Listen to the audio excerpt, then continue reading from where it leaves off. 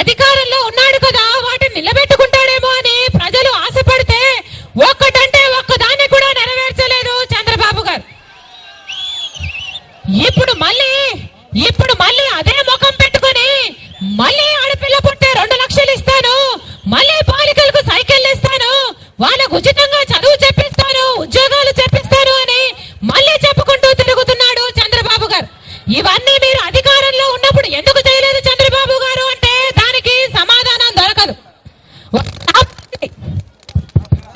ఒక సామెత ఉంది, దున్నపోతా ఎందుకు దున్నలేదు అంటే పగలేమో ఎండ రాత్రేమో చీకటి ఉందంట.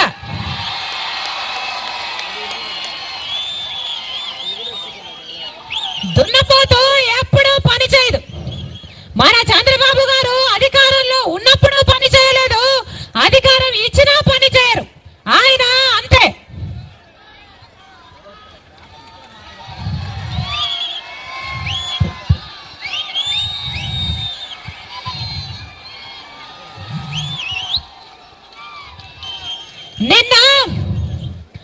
నిన్న దిగ్విజయ్ సింగ్ గారు అంటే కాంగ్రెస్ నాయకుడు ఒక మాట అన్నాడు, జగన్మోహన్ రెడ్డి గారిది కాంగ్రెస్ డిఎన్ఏ కదా అని అన్నాడు. కాదు, జగన్మోహన్ రెడ్డి గారిది మాటికి కాంగ్రెస్ డిఎన్ఏ కానే కాదు. రాజశేఖర్ రెడ్డి గారు కాంగ్రెస్ పార్టీకి 30 సంవత్సరాలు సేవ చేశాడు. 2 సార్లు కాంగ్రెస్ పార్టీని మన రాష్ట్రంలోనే కాకుండా కేంద్రంలో కూడా అధికారంలో నిలబెట్టాడు రాజశేఖర్ రెడ్డి గారు. అలాంటి రాజశేఖర్ రెడ్డి గారి పేరుని ఎఫ్ఐఆర్ లో చేర్చింది కాంగ్రెస్ ప్రభుత్వం. చనిపోయిన వ్యక్తిని మళ్ళీ హత్య చేయొచ్చు అని నిరూపించింది కాంగ్రెస్ పార్టీ. ఈ కాంగ్రెస్ డిఎన్ఏ పేరు వెన్నుపోటు. కానీ జగన్మోహన్ రెడ్డి గారు అలా కాదు. రాజశేఖర రెడ్డి గారు చనిపోయినప్పుడు 660 మంది చనిపోతే దుఃఖం తట్టుకోలేక చనిపోతే జగన్మోహన్ రెడ్డి గారు రాజశేఖర రెడ్డి గారి కోసం చనిపోయిన ప్రతి కుటుంబం దగ్గరికి నేను వస్తాను, పరామర్శిస్తాను, ఓదారుస్తాను అని మాట ఇచ్చాడు. ఇచ్చిన మాట కోసము ఒక మాట ఇస్తే ఊపిరున్నంత వరకు ఆ మాట తప్పకూడదు, మడమ తిప్పకూడదు.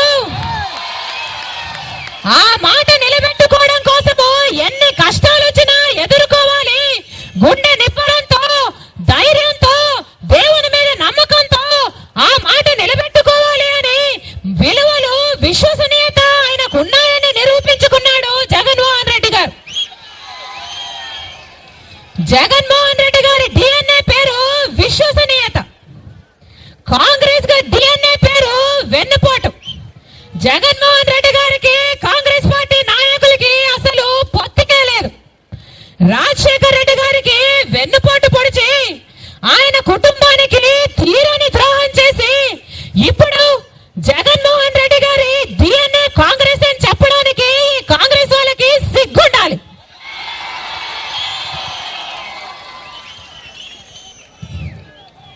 కిరణ్ కుమార్ రెడ్డి గారు అన్నారు, వైఎస్ఆర్ కాంగ్రెస్ పార్టీ ఒక ప్రైవేట్ లిమిటెడ్ కంపెనీ అట.